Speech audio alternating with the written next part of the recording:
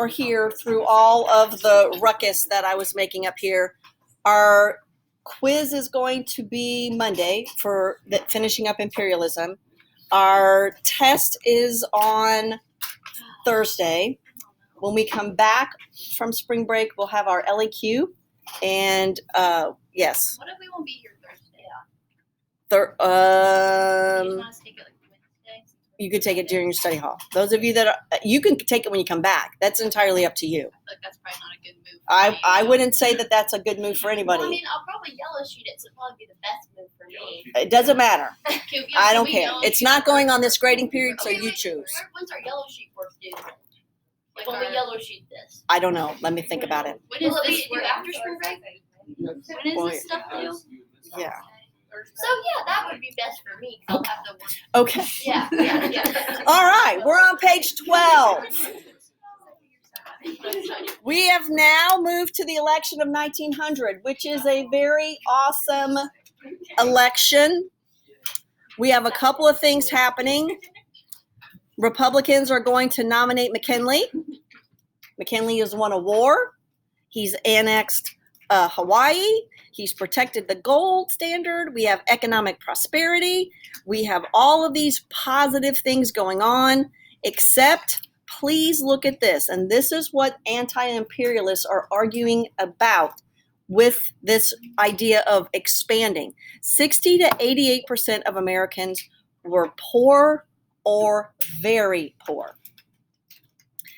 We also have, again, Theodore Roosevelt, who at this point now, he has done his little Rough Riders. He is a governor in New York. He is what we will become to know in our next set of notes, a progressive. And a progressive is a movement. It is not a political party. I'm going to say that 8 million times.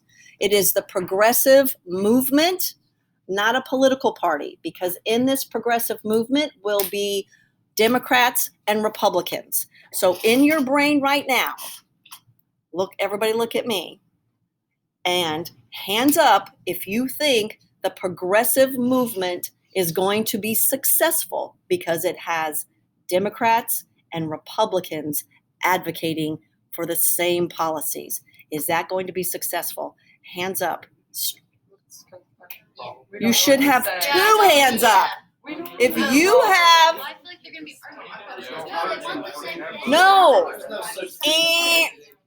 no. When you have 2 groups of people at the opposite ends of the spectrums agreeing on and being a part of a movement, then yes, it is going to be very successful. It is a good movement. It is a good movement for these 88% of the population that are very poor. It does what? So, Teddy Roosevelt. Teddy Roosevelt is now the governor of New York. Teddy Roosevelt is a Republican, but he is also a progressive. And he is making a lot of reforms in New York.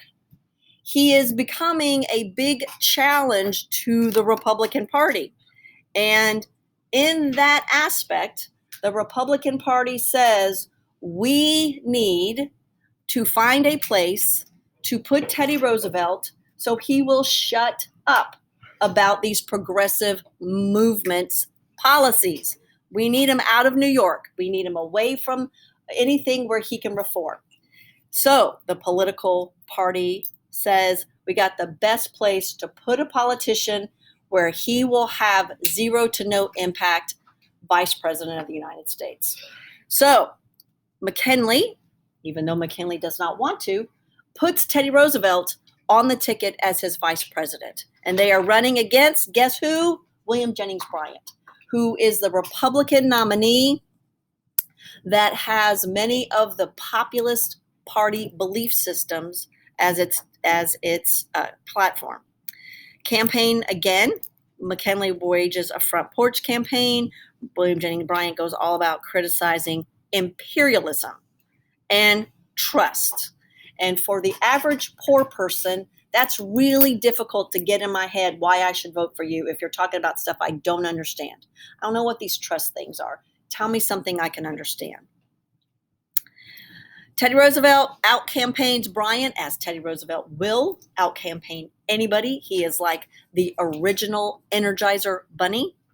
And they will win by nearly 900,000 popular votes. But very, very shortly after, McKinley is going to be assassinated by a deranged anarchist.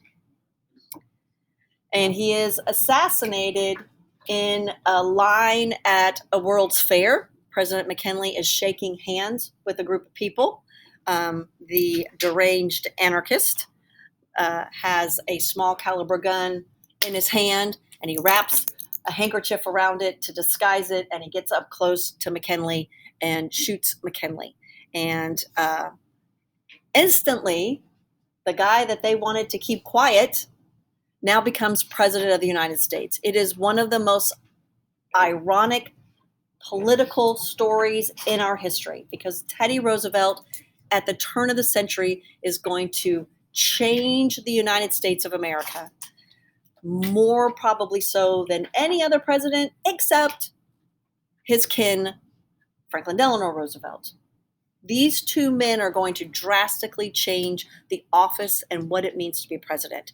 And if any of you ever want to be that little snot-nosed know-it-all kid, when people want to talk about JFK being the youngest president, he is not.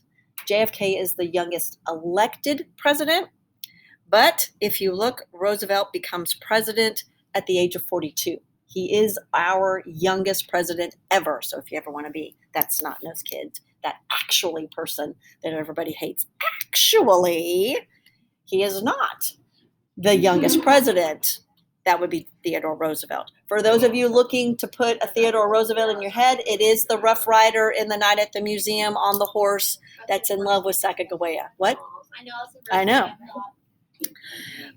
He is, again, pledged that he would carry out the policies of his predecessor.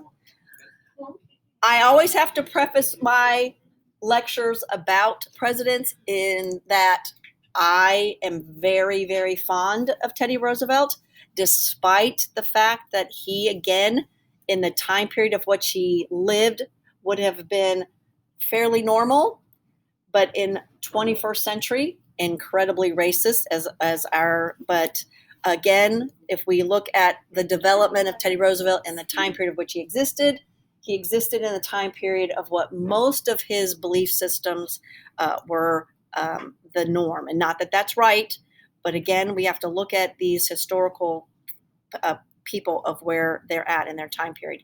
Unlike when we get to President Wilson, who in 1914 was a white supremacist. So in 1914, people around Wilson said, "You're a white supremacist," which in our 21st century would be, "Holy cow, how's that guy not catching on fire? He's such a white supremacist." So again, trying to make sure that let me make sure that I say this in a way that makes sense, that we learn and accept the history and the events that it occurred, but we don't have to condone it, right? So I feel very confident in saying Teddy Roosevelt's one of my favorite presidents. And I recognize the fact that many of his beliefs in our 21st century are unacceptable. And I think if we can think about history in that way, it kind of helps us move forward in the modern world, trying to navigate all of this stuff. Because, Teddy Roosevelt's face is on Mount Rushmore for a really important reason. He radically changes for most Americans. And many African Americans will also be in a better spot because of many of his things. The one part that he does have, and I always have a problem, is his imperialism. Speak softly, but carry a big stick. And one of my last fruit kind of signs before we went to flags was my gourd up there that kind of hangs behind. That's a gourd. And that is the APUSH big stick that they walk softly with and carried a big gourd. That's what they said, a big gourd. It's pretty funny. So one of the first things, and one of the reasons, again, that Teddy Roosevelt gets this big, giant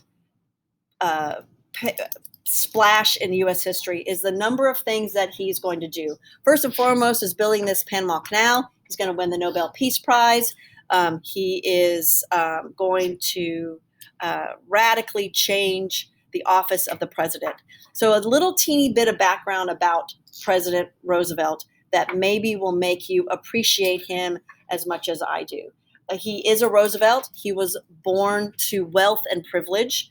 He grew up in New York City, and his first memories are of watching the Union Army march off to war in the Civil War and watching them return with all the pomp and circumstances. And he was very much attracted to that militaristic side. He was also born very asthmatic, and in a time period when there was zero treatment for asthma. There's no inhalers, there's no steroids. And his doctor suggested to this very small, sickly, short of stature young man that you need physical fitness that would help take away some of the issues that you will have with asthma. So he took up boxing. That becomes his sport. And he worked physically on himself to combat asthma, and he was very successful at doing so. He, again, is a son of privilege, so he attends Harvard. He gets married to a very much a love marriage, and his wife gets pregnant. He is moving up in the political world in New York, and on the, what are you guys doing? On the day that his wife has their first child, his wife dies and his mother dies on the same day. And in his journal and his diary, he writes very clearly, "The light has gone out of my world." So he is now a young man with a baby, and the death of two very important women. And so he does, and this is why this is so important, he does what the West has always done for people, and why the closing of the West was such a catastrophic thing. He moved west. He went by himself, set up a ranch in the West, lived by himself for quite some time, and worked his way through severe mental depression. And he did it by the way he knew how, physical activity. So he ran a ranch. He busted sod. He punched cows. He hung out with all these ranchers until, that's what they call them, cow punchers. And when he felt back to himself, he moved back to New York and re-entered life as a political entity, and remarried, had a whole bunch of children. The picture in the back right under history with the big stick, that's his gigantic family. And then he begins this ascent into politics. He very much sides, again, on the progressives with this imperialism and the spirit of the United States, this turn of the century American superpower. He's part of the buildup of what will be known as the Great White Fleet, building up the Navy. What Captain Mahan says, whoever controls the sea controls the world. I always like him too because he has problems with his children, and his first daughter that he left to go out west, she is what would be known at that time period is very fast. In other words, she dates a lot of boys, and Roosevelt needs to get her out of Washington, D.C. quick. So he makes a very weird decision. The Great White Fleet is leaving, and it's going to go and circumnavigate the world. I think there's 16 battleships. He decides that Alice should go there. Let's put Alice on a ship with a whole lot of Navy men that are going to go around the world. It didn't work out very well. It was a bad decision. It was a very poor decision. Roosevelt, again, is part of the Panama Canal. He is part of a peace treaty that ends the Japanese-Russo War with Russia. He is a easy two-term president, easily could have been a three-term president. He comes back after Taft becomes president, and he makes up his own political party, which is the little political cartoon I think I have somewhere on canvas, you might be cool, but you're not as cool as Roosevelt riding a bull, because he makes his own party called the Bull Moose Party. He doesn't win. It's what makes us get that white supremacist, segregationist Southern president of Wilson. Roosevelt and his predecessor will integrate the federal office, and he is just a really cool president. All right.